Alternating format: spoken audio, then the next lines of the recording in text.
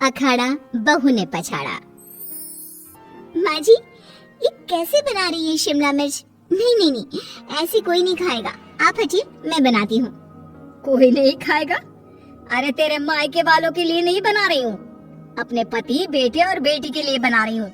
और वो लोग शिमला मिर्ची ऐसी ही पिछले कई सालों से खाते आ रहे हैं। बहू बहू हो ना, थोड़ा सोच समझ कर जबान खोला करो, समझी?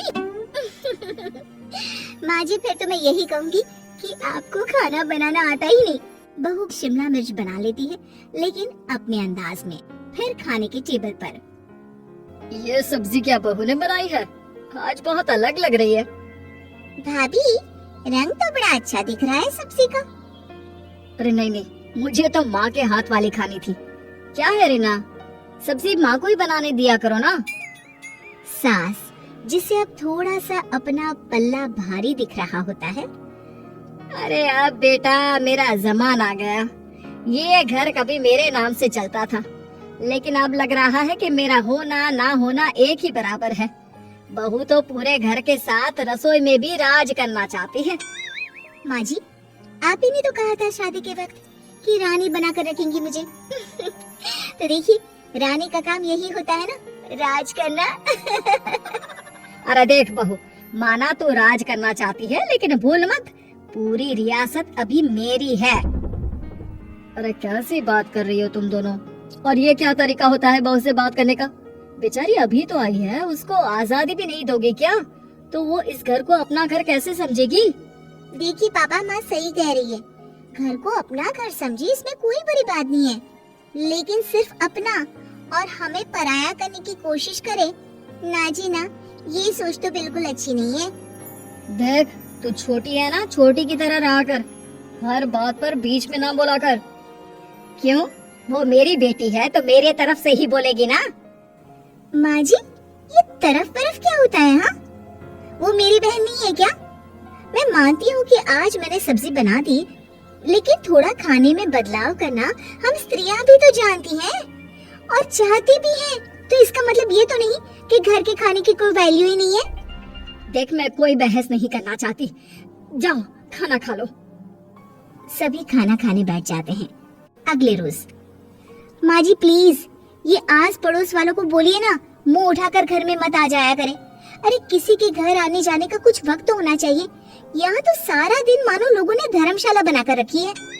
बहू, वो हम लोगों के परिवार जैसे हैं, पिछले 25 साल से हमारे साथ है, और ये मेरा घर है। यहाँ कौन आएगा कौन नहीं, ये तू कैसे डिसाइड करेगी?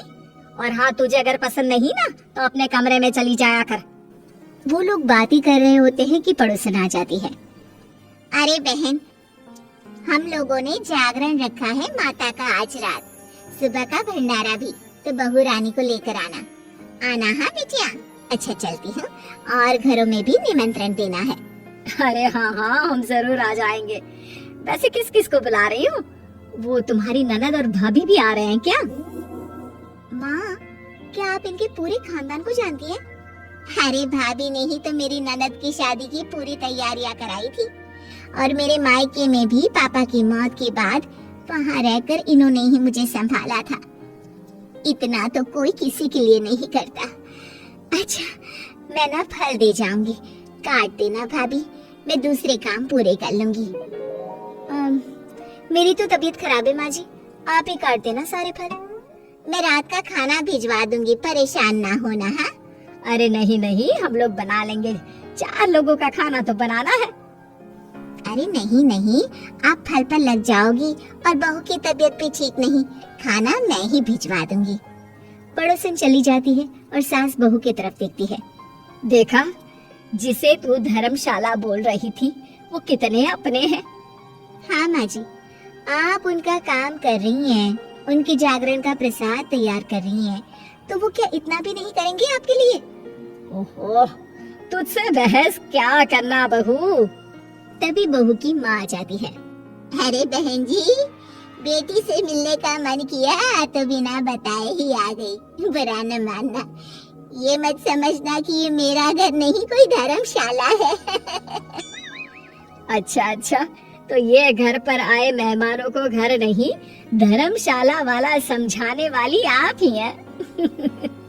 वैसे आपको खुशी होगी कि आपकी बेटी के संस्कार भी ऐसे ही हैं। अरे माँ, किन बातों को सुन रही हो? आओ अंदर आ जाओ माँ। माँ बेटी के साथ अंदर आती है तो उसे अचार की महक आती है। हाय रे, कितनी अच्छी महक है। क्या बनाया है बहन जी? अचार बनाया है। आपकी बेटी बोल रही थी कि आप लोग कुछ अलग तरीके से बनाते हैं। मैं तो बस ऐसे ही। हम लोगों के घर पर तो अचार टिकता ही नहीं है। अरे आता ही किसे है अचार बनाना?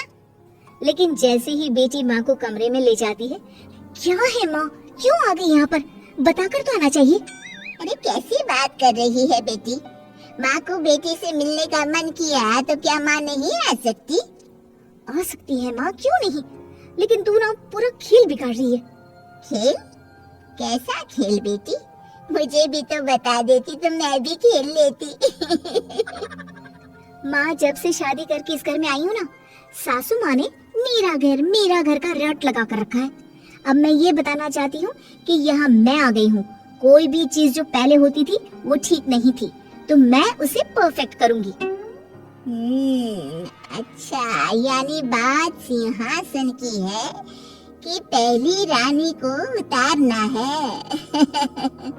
हाँ माँ, तुम्हें जो समझना है समझो, लेकिन बात तो यही है। पर बेटा, वो बेटी कुछ नहीं समझती और दरवाजा खोलकर बाहर चली जाती है। माँ, जो कि एक अच्छी औरत होती है, बेटी को समझाने की कोशिश तो करती है। बाहर सास के सामने माँ कहती है, अरे बहन जी, आप चलिए ना मेरे साथ मेरे घर, बहू का मायका भी देख लीजिए। अरे नहीं नहीं बहन जी, आप ही रुकिए हम लोगों के पास। शाम को जागरण है, वहाँ ले चलेंगे। उसी का प्रसाद तैयार कर रही हूँ। अच्छा, हमें भी तो सिखा दीजिए कैसे तैयार करते हैं। अरे कैसी बात कर रही हो माँ, कितने जागरण करवा चुकी हो तुम? देख बेटी, एक बात गांठ बांध ले, हर बेटी माँ के घर जो होता है वो देखती है, लेकिन सीखती वो सास के पास ही है। सास का संस्कार वो अपनी सास से सीखती है, जो वो अपनी बहू को देती है। तो बेटी, यहाँ के रीति रिवाज, रहन सहन, बोली भाषा अपनी है, जिसे तुझे ना सिर्फ फॉलो करना है बल्कि सीखना भी है।